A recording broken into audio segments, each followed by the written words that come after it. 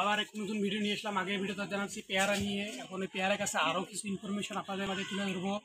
তো যেটা বলছিলাম যে পেয়ারা গাছের পাতা কীরকম হয় অবশ্যই দেখবেন আপনারা। তো পেয়ারা গাছেরও 3 ধাপে পাতা হয়, 4 ধাপে হয় এটা। প্রথম যে কুশি পাতা আছে, কুশি পাতাটা দেখাও তো একটু। এই যে হ্যাঁ, প্রথমে এইরকম ছোটো ছোটোভাবে হবে, এই যে এইরকমভাবে বেরোবে। এই যে এইটা দেখেন, পিছনটা দেখেন, এই যে। তো ফুলটা এইরকম হবে। তারপরে এইটা প্রথম ধাপের পর দ্বিতীয় ধাপে এইরকম আসবে, সেটা হইলো এই যে দ্বিতীয় ধাপে একটু বড় হবে আর একটু মোটা হবে এইটা, এই যে কেমন পিছন। দ্বিতীয় ধাপে এইরকম হবে।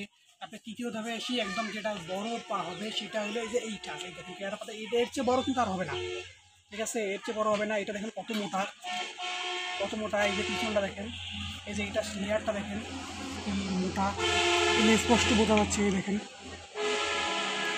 স্পষ্ট বোঝা যাচ্ছে এটা কত মোটা, এটা কত শক্ত। এর চেয়ে বড় কিন্তু এর পাতা হবে না, এর চেয়ে বড় এর পাতা হবে না। তো এইটা হলো 3 ধাপ। আর যেটা যখন পেয়ারা পাতা যেটা 3 ধাপ কুশি থেকে হয়, এগুলো একটু মোটা হবে, তার থেকে আরও বড় হবে। আর পরেরটা আরও বড় হবে, আরেকটু মোটা হবে এবং সম্পূর্ণ সবুজ হয়ে যাবে তৃতীয় ধাপটা। তো যেটা আরেকটা হইলে যখন আপনাদের নষ্ট হইতে ধরবে, এই যে দেখেন একটা নষ্ট পাতা, এই যে পোকা খাওয়া পাতা, এই দেখেন পিছন দিকটা দেখেন একদম পোকা হয়েছে, দেখছেন? পিছন দিকটা এটা একদম পোকা হয়েছে। আমার এইরকম আরও অনেক পাতা আছে এখানে। তো পেয়ারায় কিন্তু অনেক পোকা ধরে। পেয়ারা অনেক, আমি যেমন বলছিলাম আমি যেমন পোকা ধরে না, পেয়ারাও সেই রকম অনেক পোকা ধরে। এই জন্য আপনাদের অবশ্যই গাছকে স্প্রে করতে হবে যেন পোকা না ধরে এবং আপনারা ঠিকমতো খাইতে পারেন।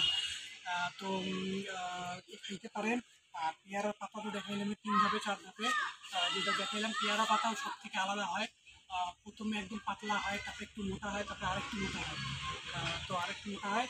তো যেটা বলছিলাম যে পেয়ারার চারা যদি লাগে অবশ্যই জানাবেন। আমার অনেক গাছ আছে পেয়ারার, অনেক চারা আমি দিতে পারবো। এটা কম, আপনি যদি নিজস্ব যদি বিক্রির আশা না করেন, আপনি যদি নিজের পরিবারে খাওয়ার জন্য রাখেন, তাহলে বিশেষ 2টা আর 3টে গাছ লাগাইলেও কিন্তু আপনি একদম পর্যাপ্ত পরিমাণ খাইতে পারবেন এবং খেয়ে শেষ করতে পারবেন না, এটা আমার গ্যারান্টি। তো অবশ্যই বাসায় যদি জায়গা থাকে বা বাইরে আপনার যে বাসা আশেপাশে জায়গা থাকে, অবশ্যই 3-4টা গাছ লাগিয়ে রাখবেন। আর একটা গাছ লাগাইলে আপনার জানেন তো পরিবেশও ভালো হয়, তবে অক্সিজেন আমরা পাই গাছের সাথে সাথে। তো একদিক দিয়ে আপনি ফলও পাচ্ছেন, মানে আপনার শরীরের জন্য ভালো একটা ফল, এমন না যে এটা খারাপ ফল, শরীরে অনেক উপকার দেয়। তো একটা গাছের কত উপকারিতা দেখছেন, অনেক উপকারিতা। তো এক তো খাইতে পাচ্ছেন, আবার দ্বিতীয়ত পরিবেশের জন্য ভালো হচ্ছে এবং আপনি ঠিকমতো বাঁচতে পারছেন।